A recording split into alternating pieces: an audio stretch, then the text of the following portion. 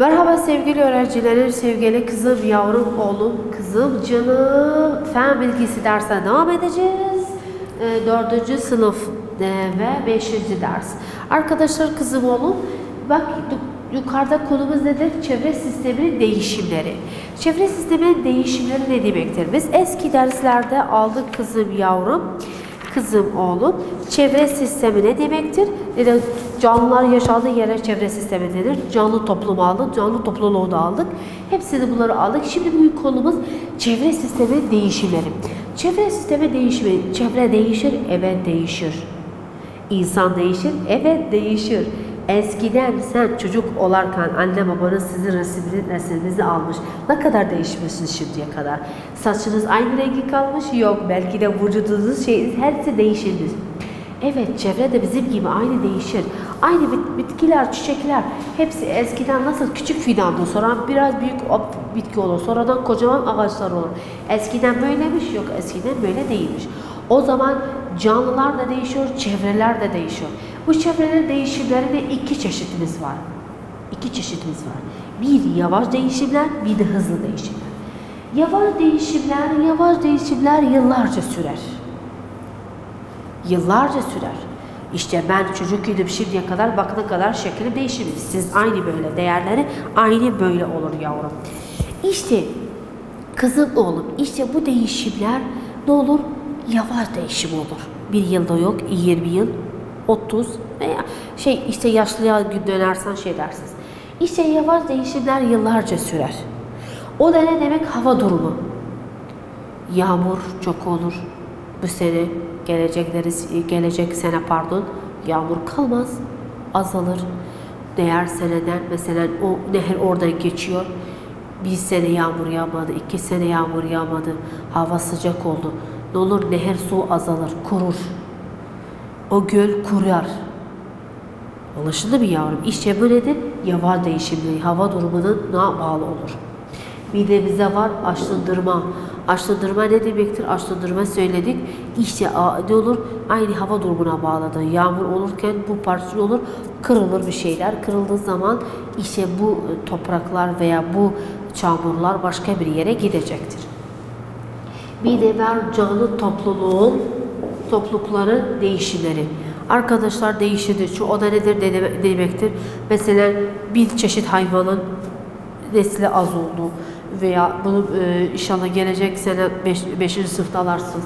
Arkadaşlar belki de su az oldu, belki de bitkiler öldü, belki de yağmur olmadı. Ondan dolayı işte canlı toplulukla da değişir. Bu da yıllarca sürer. Bir dakikada olmaz, bir senede olmaz, belki 2 sene, 3 sene civarında olur. Yavaş yavaş olacaktır bu. Hızlı değişimler, çevre sistemi hızlı değişimler yok. Hızlıdır. Aynı dakikada. Hızlı hemen mesela başka bir yere giderken, dışarı çıkarken anne babanız hızlı kızım, hızlı oğlum, hemen elbisenizi değiştir, hazır olun, hızlı. Yallah hızlı hazır olun. Yallah şimdi hızlı döneceğiz. Yani hızlı kelimesi dakikayla, saniyeyle olur. Arkadaşlar bize yangın. Bu sene Avustralya'nın ormanları yandı, berbat oldu.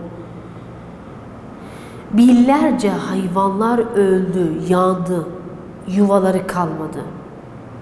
Vallahi televizyonda seyrederken ben kendim yerimde ağladım. Bu hayvan sıcaklıktan, ateşten bilmiyordu nereye kaçtı. Avustralya'nın arkadaşlar yandı ama yanmak, aylarca sürdü bu yanmak, hiç de sönmedi. İşte sonunda İşte o yanlar bir yanlar yani neden sonra bir aydan sonra falan söndü. İşte yani çok oldu işte bir yaygın. Bir saniyede her şey alt üst etti. Ondan sonra sel gelerken sel gelerken arkadaşlar diyersen dur yok durmak yoktu. Her şey aparır bir dakikada. Ağacı kökünden çıkarlar, işte hayvanı çeker, onun dışları hepsini bir dakika içinde sel olur. Geçen sene Erbil'de de oldu, gördünüz de bunu.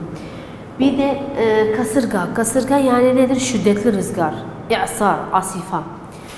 Şiddetli rüzgarlar olduğu zaman hemen ağaçlar veya evler, çatılar hepsi düşer veya hepsi kırılır olur. İşte bu da arkadaşlar çevre değişimidir. Aynı ağaçlar veya evler hepsi şey olur. Arkadaşlar kızım, oğlum, yavrum, çevre sisteminin değişimleri ne demektir? Çevre sisteminin değişimleri iki değişimdir. Birisi yavaş değişimdir, diğer de hızlı değişimdir. Yavaş değişim yıllarca sürer, birkaç örnekte verdim. Hızlı değişimlerde arkadaşlar bir saniyede, 5 dakikada alt üst olur. Yangındır, seldir, kasırgadır. Bunu da biliriz. Hatta kitapta da size soru sormuş. Nasıl bir şekilde aşağıdakilerden hangisi çevre sisteminin yavaş değişimindendir? Yangın, şiddetli fırtına, yağmur azalması, seller. Doğru cevap nedir? Duymadım. Hangisi yavaş değişimdi? Tabii yağmur azalması en yavaş değişimdi. Tabii bu da hepsi sayfa 83'tedir yavrum. 83'tedir. Umarım bunu anladınız. Sorular çok kolaydı çünkü yani bu ben fazla durmuyorum. Hava durumundan aşırma üzerine şeyde vardır. Arkadaşlar başka konu vardı, o konunu anlatacağım size. Kitapta var. Sadece şimdi biz bunu bilin yavrum. Arkadaşlar hatta burada bize bir örnek vermiş kitapta. Arap köfesi, Arap köfesi 15 bin sene önce nasıldı, şimdi nasıl şeydir? Hepsi değişildi. Çok değişti. Hatta bizim Irak olarak ya iklim Kurdistan, Harem Kurdistan bizim bölgemiz tam değişti. Eskiden bu kadar sıcak değildi. İşte yavaş yavaş hava durumu değişiyor. Şimdi çok sıcak oldu. Ben bölgede Erbil'de yaşadığım yer Harem Kurdistan bölgemiz yavrum çok sıcak oldu. Yani farklı olacaktır. İşte bu ne demektir? Yavaş değişimdir. Ama hızlı değişim bize sel oldu ve de yangın oldu. Allah bizi korusun ya Rabbi. İşte her şeyi alt üst edecek. Umarım bunu her öğrenci bunu anladı. Başka konuya gideriz. Arkadaşlar söylüyor insan ve çevre sistemi. Yani konumuz hepsi çevre sistemine bağlıdır. Değişimleri aldık. Şimdi burada size söylüyor insan ve çevre sistemi. Biz insanız. Acaba çevre sistemine zarar veriyoruz. Acaba biz evet çok da zarar veriyoruz. Bunu inşallah 5. sınıfta da alarsınız, 6. sınıfta da alarsınız aynı bu konunu. İnsan zarar veriyor, evet zarar veriyor. Nasıl zarar veriyor? Kızım, oğlum eğer dikkat ederseniz anne babanızdan eğer sorsanız eskiden Erbil bir şekilde değildir. Bu kadar büyük değildir. Bu kadar sokak caddeler yoktur. Bu kadar apartmanlar yoktur. Bu kadar bahçeler, alışveriş merkezleri yoktur canım. 3 mahalle var idir. Azadi, Rapari, Mahallet Arap, Minara, Gereçi Minara. Üç şey var şeyden, eskiden. Bu kadardı. İşte merkezidir. İki tarafta da Rapariler ve Azadi Mahallesi bu kadar var idir. Şimdi maşallah Erbil içinde itiyorsun sen. Yani bazı yerlere gidersen kaybolursun. Ben kendim kayboluyorum. Bazı şeylerde, bazı sokaklarda ya bazı bölgelerde söylüyorum başkanın yani burası hangi taraftan sokaka çıkacağım. İşte insan o kadar değiştirmiş. O zaman bu değişimlerde tabii yıllardır dediğim gibi olur. Arkadaşlar bu değişimin faydası da var, zararı da var. Güzel ben ettim, işte yol açtım, işte Erbil'i genişleştirdim, güzel. Tabii başkanttır, bunu da bilin. Erbil başkanttır, Harem Kurdistan'ın başkantıdır. Yani Asima başkantıdır. Ve en güzeldir, en büyük şehirdir. Arkadaşlar, bu Erbil'in yani bu memleketimiz biz yaşadığımız yani genelde bak her zaman bizim konumuz fen bilgisi. Fen bilgisi yani hayat bilgisi. Yani etrafımızdan örnek almak. Yok sadece etmek. İşte kızım, oğlum, yavrum. Bunu bilmek için acaba zararlı var? Evet ben zararlı var. Ben mesela fabrika yapıyorum. Fabrika açmışım. Fabrikanın atık maddeleri kimyasal maddedir. Ben göle attım. Ben suya attım. Ben işte kara üzerine attım. Bu karada nedir? Arkadaşlar milyonlarca mikroplar, milyonlarca hastalık insan için, bitki için, hayvan için olur. Sokak yaptım, cadde yaptım. Caddelerde yaparken işte birkaç evini kaybetti hayvanlar. Birkaç şeyler, barneler, yevvalarını veya şeyleri kaybettiler. İşte arkadaşlar apartman yaptım veya çok şeyler yaptım. Kitabımızda çok örnekler vermiş ama ben size sadece şey edeceğim. Bak ne söylüyor? Kimyasal maddeler her gün çeşit eşyalar üretilmek için, böcek öldürmek için, mahsul ve parkların böbrekleri için arkadaşlar kullanıyor. Bunları kullanmak için arkadaşlar ne olur? Hatta ben ağaç kesmekte. Şimdi ben kimyasal maddeleri çok şey istiyorum. Şimdi yani en basit şey bu kalem. Kimyasal maddeyle plastikle de gelmiş. Kimyasal maddeden gelmiş. Bu tabaklar, bu su bardakları içiyorsunuz siz, ben, sen. İşte hepsi kimyasal maddeden gelmiş. İçindeki su kimyasal madde değil. Demeyin hoca su dedik. Su ben değilim. Yapıldı plastik. Şu bardak bizde var.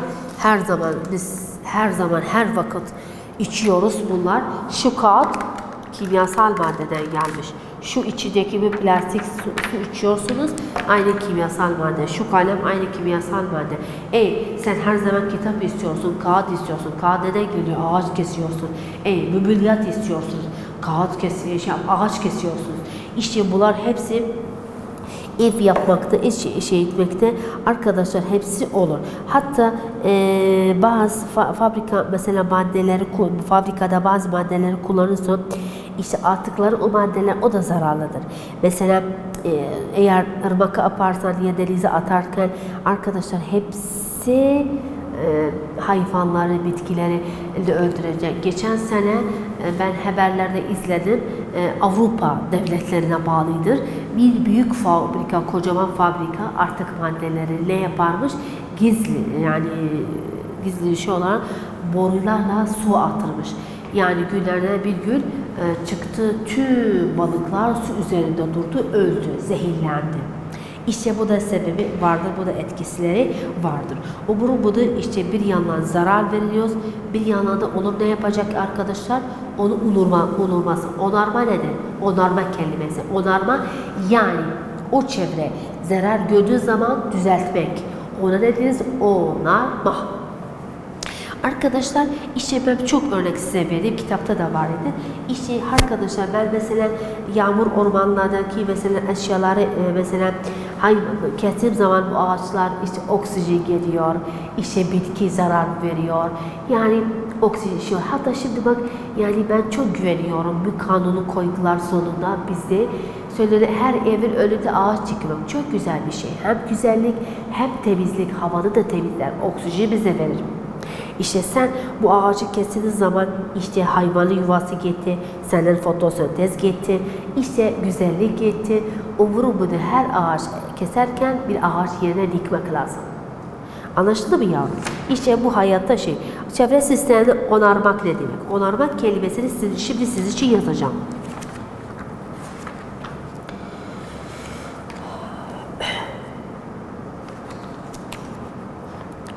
Bu değil. Hadi kızım oğlum. Şimdi yavaş değişimler, çevre değişimleri bildiniz. Yavaş ve hızlı. Şimdi insan ve çevre sistemi isterseniz burada yazacağız. Sadece biz insan ve çevre sistemi. Şurada bunu değiştiririz. Bunu başka şeyde yazacağım yavrum. İnsan ve çevre sistemi. Birincisi yazarız onarma. Bu da not defterinize bunları yazınız. Belki bir gün bir bölümü bitiririz. Kalır sadece bir bölümümüz. Gelecek derse Allah inşallah ömür verse yazacağım. Onarma yavrum. Onarma ne demektir? Onarma yani ıslah Arapçası. Onarma.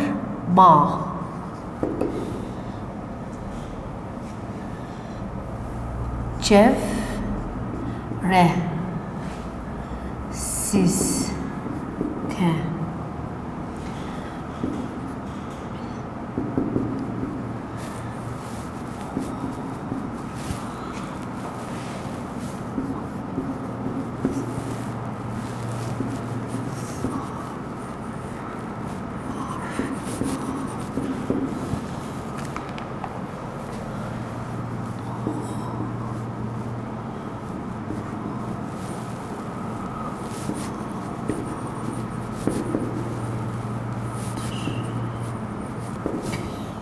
kızım, oğlum, yavrum. Onarma ne demektir? Onarma, çevre sistemine olan, bu defterinize kalemle yazın canım. Çevre sistemine olan bazı zararları doğrulamaktır. Yani düzenlemektir. Yani iyileştirmektir. Burada hepsi olur. Doğrulamak, düzeltmek, iyileştirmek hepsi olur. Anlaşıldı mı canım? Onarma ne demek? Onarma yani düzeltmek. Yani iyileştirmek. Ağacı ormanda kestim, yanına bir ağaç dikeceğim. Bak burada bir yol açtım, diğer tarafta arkadaşlar ne yapacağım? Ağaç açacağım. Yol açtım, yolun ortasında ağaç dikeceğim. İki tarafında ağaç dikeceğim. O zaman bu kadar zarar olmaz. Biraz şey olur, biraz cüzde şey olur. Buna ne diyeceğiz yavrum? Kızım, oğlum, buna diyeriz onarma. Onarma yani çevreyi düzeltmek. Çevreyi etmek. O grup budur. Hatta bizde var ocak madenleri. Ocak maden nedir ocak maden? Arkadaşlar yani bileceğim. Bileceğimi sizlere. Yer kazarlar. Birkaç tabaka kaldırırlar, ne çıkarırlar? Maden çıkarırlar. Madenle gibi mesela taş kömürü çıkarırlar ya da demir çıkarırlar ya da altın çıkarırlar.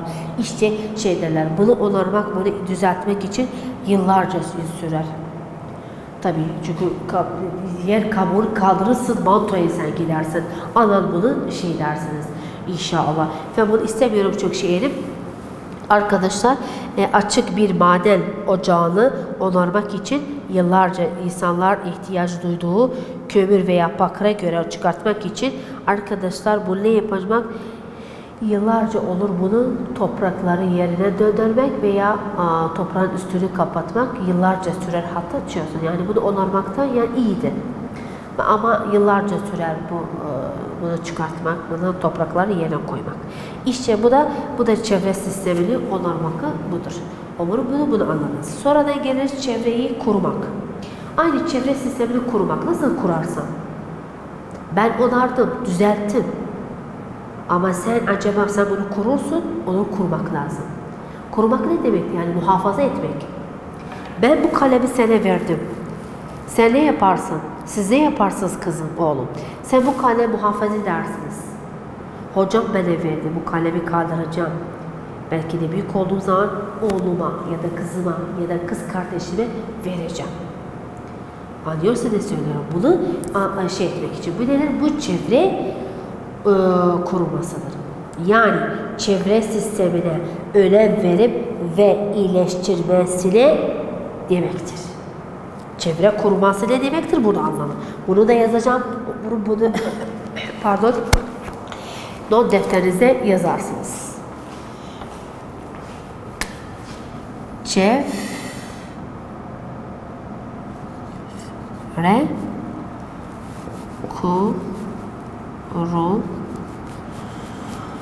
Çevre koruması. Çevre koruması ne demektir yavrum? Çevre koruması çevre sistem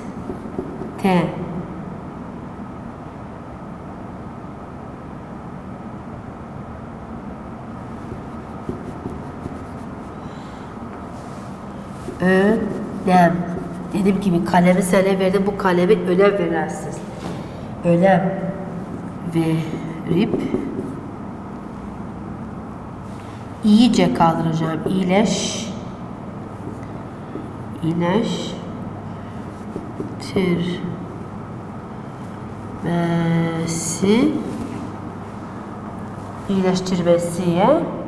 iyileştirmesi boşluk denir.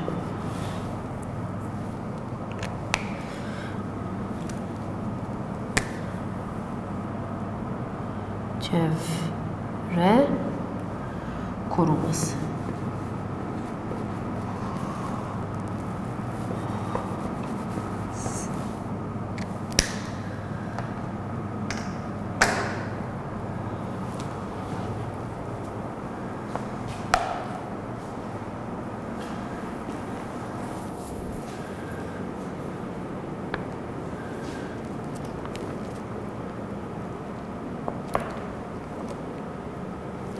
Arkadaşlar, kızım, oğlum, biz söyledik. Çevre sistemini korumak ne demektir? Ben dediğim gibi bir örnek, basit bir örnek verdim. Ben size bu kalemi vereceğim. Bu kalemi siz kaldırırsınız, kıymetini bilirsiniz, muhafaza edersiniz. Arkadaşlar, onurma ne demektir? Dedi onurma, dedik ne yaparız? Çevre sistemi bazı zarar olan şeyleri doğaltması veya düzeltmesi. Ben düzeltip benden sonra siz de gelsin muhafaza edersiniz. Korursunuz. Ne yapacaksınız? Çevre sistemine önem verip iyileştirmesine çevre koruması denir. Ben bahçeni yaptım, ağacı diktim. Benden sonra size bu ağaca su verersiniz. Bu ağaca devam edersiniz. Bir ağaç yerine başka bir ağaç dikersiniz. Anlaşıldı mı? Bunu korudunuz, muhafaza ettiniz. Koymadınız bu ağaç ölsün. Anlaşıldı mı yavrum? Maden, ocak etiniz. Açık bir maden açtınız. Arkadaşlar bakır için veya altın için veya için çıkarttınız. Onu ben üstünü kapattım. Siz devam edin. Kapatın. Başka topraklardan, başka yerlerden getirin. Kapatın. Üstünü ne yapacaksınız? Bahçe edin. Anlaşıldı mı yavrum? Bahçe edin. O zaman işleriniz korudunuz, muhafaza ettiniz, devam ettiniz. Anlaşıldı mı yavrum? Bunu herkes bilsin, yani bir şeyi. Çok kolaydı sorumuz şeydi. Hatta burada bir soru sormuş. İnsanlar nasıl kendi çevresinde ovalık bir hayatta oturma sağlayabilir? Yani sen ovalı bir yerdesin. Biz bir ovalı bir yerdeyiz. Anlatacağım size ova ne demektir. Düz bir yerde, gelecek dersi anlatacağım. Ovalı bir yerdesin. Sen nasıl yapacaksın? Ne yaparsan çevreni kurmak için. Elimizden ne gelir? Biz de yaparız. Basit cevap. Hocam cevap verirsiniz. Bahçeler düzenleniriz ve ağaçları dikeriz. Bahçe çiğneriz ve zaten burada da çok bahçeler açıldı. Mesela Şahneder Bahçesi Parkı açıldı veya Binara Parkı açıldı, Sami Abdurrahman Parkı açıldı. Çok güzel. Yollarda hepsi ağaçlar dikildi. En güzel bir şey yaptık. Bunu da herkes anladı. Arkadaşlar aynı çevre sistemine devam ederiz ve çevre sisteminin kullanılması için kaynakları az kullanmak. Az kullanmak ne demektir? Yani ben her zaman ağaç istiyorum, kesiyorum. Kestiğim zaman ne yapacaklar arkadaşlar? Onu ağaç dikmek lazım. Ben bunu istiyorum, bunu içiyorum, bunu yine yapıyorum. Buna ne diyeriz? Kaynakları korumak. Kaynakları korumak yani muhafaza etmek. Yani tebzir etmemek. Her şeyde bunu istiyorum. Mesela arkadaşlar cips veya meyve kutuları vardır. Eskiden şişede yapılırdı. Şişede meyve suları şişeye koyulurdu. Bir şişe yapmak çok zor, çok pahalıdır. Ne yaparlar? O şişeyi oraya atıyorlar, çöpe atıyorlar, kırılır ve el yaralanır veya araba lastikleri patlıyor. İşte bir zarardır. Her şeye zarardır. Bunu az kullanmak için ne yaptık? Onun üzerine çok meyve suları kutudadır yavrum. Kutudadır onunla yapıyor. Hem az yer tutuyor hem de az teklif. Yani para geliyor. Sayısı azdır. İşte onun için bu nedir? Kaynakları koruyoruz. Yani bir yandan doğru. Hatta mesela arkadaşlar bazı şeyleri mesela çok hayatımızda çok şeyler vardır. Mesela ağaçlar doğru su azalmadan ötürü ağaç ben dikiyorum da. Ama su az olduğu zaman ben ne yapacağım? Ben böyle muhafaza etmek. Su kullanıyorum ama nasıl süslemek için eminim. Yok ben suha bırakıp onun için geçiyor. Başka bahçe geçeceğim. Bahçe ağaçları. O zaman ne yapacağım? Kaynakları kurmak. Hatta ben hayatımda çok şey için su kullanıyorum. 6. sınıfta da bunu istersiniz.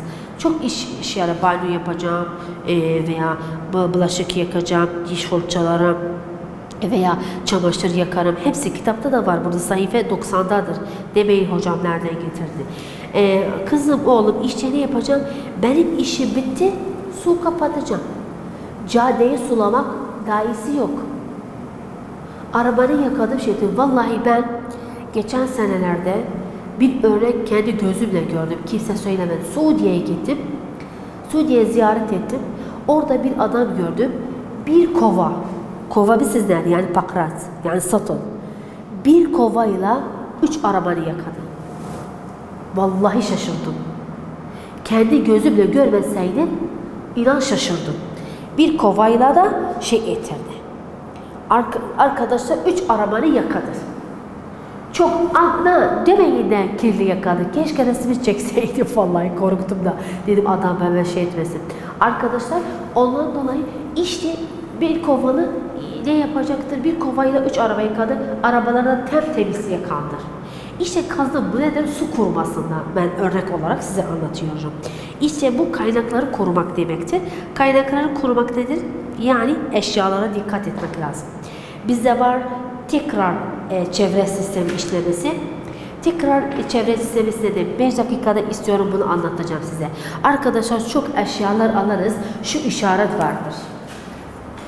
Eşyalar üzerinde bu üçgen şeklinde bu yuvarlak bir şey vardır. Ya bu şekilde olacaktır. Ya bu şekilde olacak ya bu şekilde olacak. Arkadaşlar her şeyde vardır. Bu nedir? Yani tekrar bunu eridiniz, tekrar bunu kullanırız. Buna ne deriz? Tekrar çevirme işlemi. Tekrar çevirme. Tüm meyve suları, hatta su içtiğiniz, hatta meyve suları içtiğiniz, kola olarak ya vante her şeylerde, hatta mesela şeylerde kek falan, bu çipislerde hepsinde bu işaret vardı. Yani bunları yine tekrar eririz ve tekrar bunları kullanırız. Bu işarette. Bu işareti görüyorsunuz şey. Umarım kızım oğlum çevre sisteminin hep şeyi anladınız ve kurumasını bildiniz ve yavaş değişim, hızlı değişimi anladınız ve o normal ne demektir, çevre koruması ne demektir ve tekrar kullanması nedir ve kaynakları muhafaza etmek ne demektir. Umarım bunu herkes güzel bir şekilde anladınız. Hatta bu da kitabınızda da bir işaret var. Demeyin hocam nereden getirdi? Kızım oğlum, bunları hepsi size anlattım kısa bir şekilde. Gelecek deriz inşallah Allah ömür verirse canım, hemen yeryüzüne gideriz. 3. bölüme,